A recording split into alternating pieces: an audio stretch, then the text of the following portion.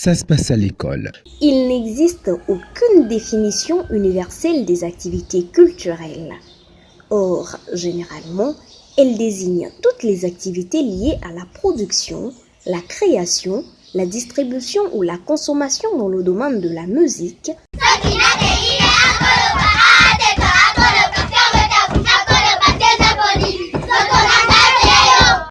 le théâtre, la danse, les arts visuels ou les programmes de radio et de télévision, comme il en est le cas chez les petits journalistes du centre de loisirs, disais-je, de l'école La Marelle d'Ève.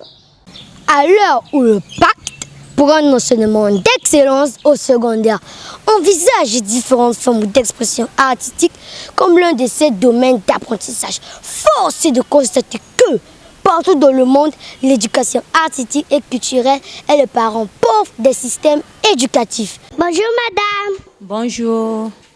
Comment vous appelez? Je m'appelle la maîtresse Francia. À quel moment que tu fais une activité culturelle avec les élèves? Je fais une activité culturelle avec mes élèves au moment des cours, à la fin des cours. Quels sont les résultats?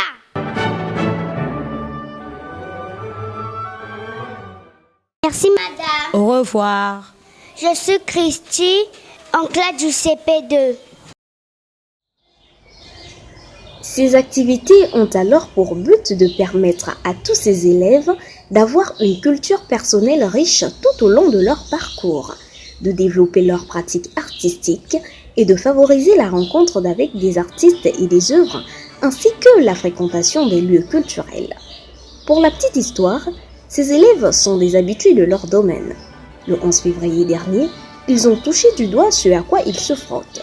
La rencontre avec des journalistes lors de leur première sortie médiatique à la découverte d'une chaîne de télévision de la ville de Pointe-Noire, la MTI Télévision.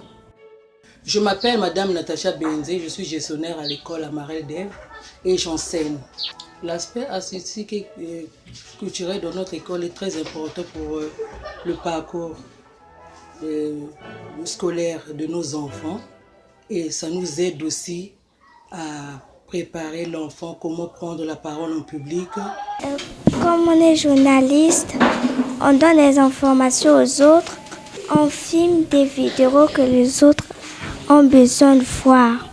Parfois, il y a eu un accident, on informe tout le monde. Bonjour, c'est la maîtresse Zili Grace du CM2. Ça apporte un plus dans leur enseignement, dans leur parcours scolaire, j'allais dire. L'activité que j'organise avec mes élèves en dehors des cours, c'est surtout sur l'entretien des salles. Parce qu'ici, c'est souvent les maîtresses qui le font. Donc moi, j'ai instauré un système qu'il y a des jours que je leur propose de balayer la classe, nettoyer la classe et puis la cour aussi. Essayer un peu de voir s'il y a des herbes dehors, mettre un peu de la propreté dans la cour. Et puis les enfants seront vraiment des bons citoyens dans le futur. En dehors de ça aussi, vu que les enfants de nos jours ont du mal à lire leurs leçons à la maison, donc il y a des leçons que je transforme en chant. Tel que dernièrement, on a appris la leçon sur les affluents, donc j'ai composé une chanson sur ça. Et puis quand ils ont fait le CEP-test, cette question a été posée. Donc les enfants se sont retrouvés et ont dû reprendre aux questions. C'est ce que je fais souvent avec mes enfants en dehors des cours.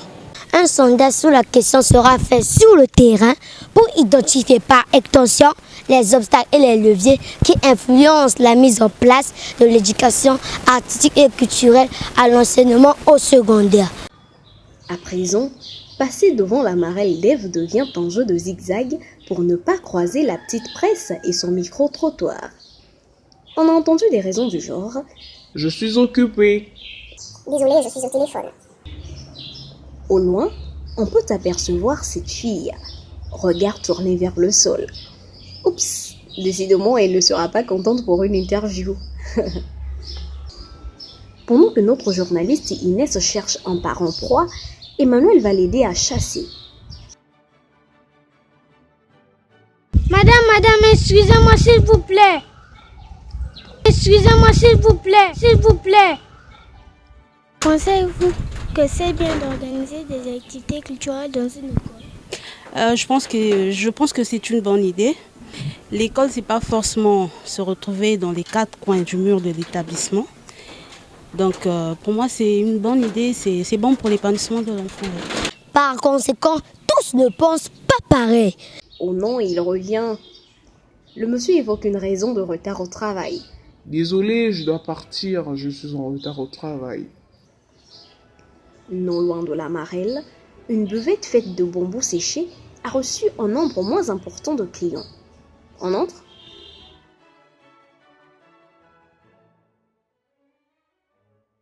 Bonjour monsieur. Bonjour. C'est bien d'organiser des activités culturelles dans une école. Une journée spéciale où les élèves ne font pas cours, ils sont là pour les activités culturelles. Donc c'est très important pour les élèves de faire ce genre de jeu-là. Bonjour monsieur.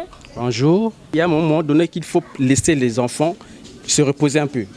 Maintenant, quand vous ne faites pas ça, ça veut dire que vous fatiguez les enfants, vous les torturez et c'est pas bon. Parce que je me rappelle à notre époque, même moi quand je partais à l'école, ça se passait bien. Parce qu'il y avait des périodes où on faisait les gymnastiques, des trucs de Shaolin, des trucs comme ça, là, beaucoup de trucs. Pourquoi? Non, mais c'est pour essayer d'égayer les enfants. Parce que parfois les enfants peuvent être bourrés de leçons ou saturés. Et c'est très dangereux pour les écoles qui ne font pas ça. Ce que vous êtes en train de faire là, c'est très important pour nous. Surtout pour nous les parents d'élèves. Parce que lorsqu'on est parents, lorsqu'on voit des trucs comme ça, là, ça nous fait plaisir. Excellent. Bravo Inès. Mission accomplie. Dans votre formation initiale, est-ce que vous avez estimé avoir été préparé à intégrer des aspects artistiques et culturels? La Marelle fait de son enseignement son devoir. Merci. C'était Emmanuel Tchakaka, en classe de CM1. L'éducation culturelle, loin de se limiter aux belles lettres et aux beaux-arts, est un grand univers de connaissances et que l'école a pour mission de donner cette connaissance à l'ensemble de la jeunesse. C'était Emmanuel Massamba à l'école La Marelle d'Ève en classe du CE2. Bye! Merci de nous avoir suivis. Continuons ensemble sur Internet et les réseaux sociaux. À très bientôt pour un autre numéro de votre magazine éducatif.